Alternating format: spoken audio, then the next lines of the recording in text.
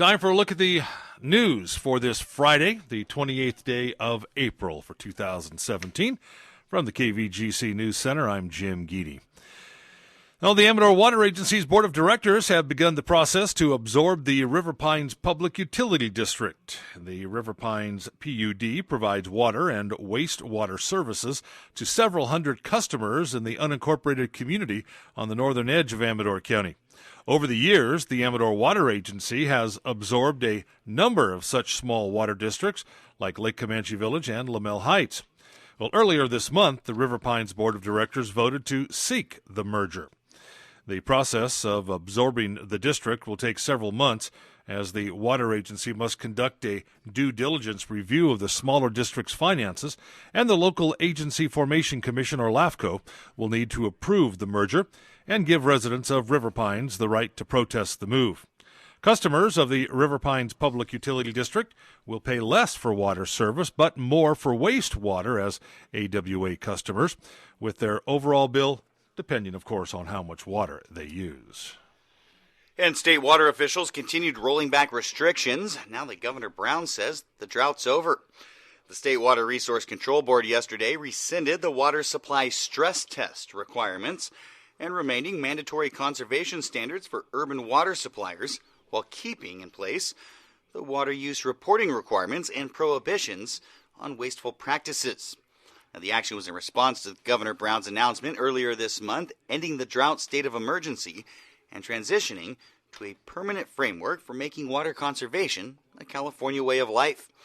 Now, the current prohibitions against wasteful water use practices include outdoor watering during or within 48 hours of rain, hosing down a sidewalk instead of brushing it with a broom or brush, and overwatering a landscape to where water is running off onto the sidewalk or to the gutter. And the Plymouth City Council awarded a construction contract for the Highway 49 traffic circle and took a look at the city's water rates at their meeting last night. The council awarded the construction contract for the long-proposed roundabout at the intersection of Main and Highway 49, but the low bidder came in several $100,000 over the project's $3.2 million budget. So the city will need to trim back some of the project's features, such as landscaping, or shake loose additional funding. Construction is scheduled to run over the summer. The council also heard a report on a draft water rate study that showed the city's future water rates will vary greatly depending on how much development occurs in the city. If growth is modest, with 5 or 10 houses per year, rates will need to increase around 2% a year for the next 5 years. However, if the Zinfandel Ridge subdivision builds the 30 houses a year, that is their goal, water rates in the city will actually decrease by up to 16% in a couple of years. And CHP identified the driver who died in a solo vehicle accident in Calaveras County earlier this week. The accident happened before 6 a.m. Wednesday on Highway 12 near Evans Road. CHP reports a 69-year-old Stephen E. Sapp of Ripon driving an SUV westbound when he allowed the vehicle to drift off the roadway onto the right shoulder where it hit a large oak tree. Now, drugs or alcohol not appearing to have played a role in the accident, according to Highway Patrol, which notes the incident is still under investigation. Anyone with info regarding the collision asked to contact the CHP San Andreas unit at 754-3541. And a popular shortcut in Jackson will be closed for most of next week. China Graveyard Road between New York Ranch Road and Jackson Gate will be closed to traffic from Monday, May 1st through Wednesday, May 3rd from 7 to 5 for tree removal. It is possible that this closure could extend through the end of the work week on Friday the 5th. If you don't live or have property in the area, use another route. And if you have any questions, call the City of Jackson. And more fallout from the wild winter. Several roads in the Stanislaus National Forest are so damaged they won't open for a couple years. According to the U.S. Forest Service, several roads, including 4 popular ones, have suffered extensive damage from winter storms that have prompted the forest officials to declare forest road closure orders on those roads from now through December 31st of 2018. Now, that could be extended if needed.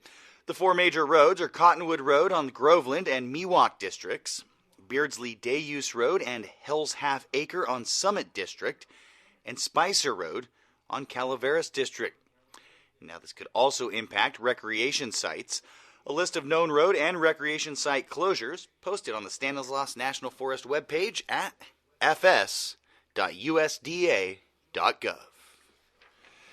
And don't forget, the Kit Carson Mountain Men Wagon Train hits the trail again today.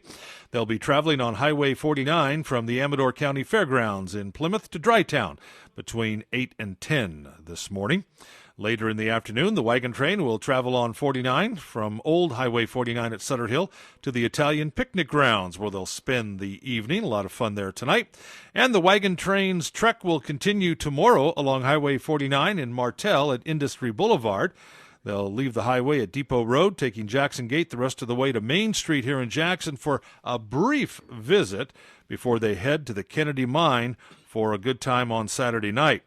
Now, remember, the horses travel between 2 and 3 miles an hour, and vehicle traffic will be allowed to pass the wagon train where there are passing lanes on the highway.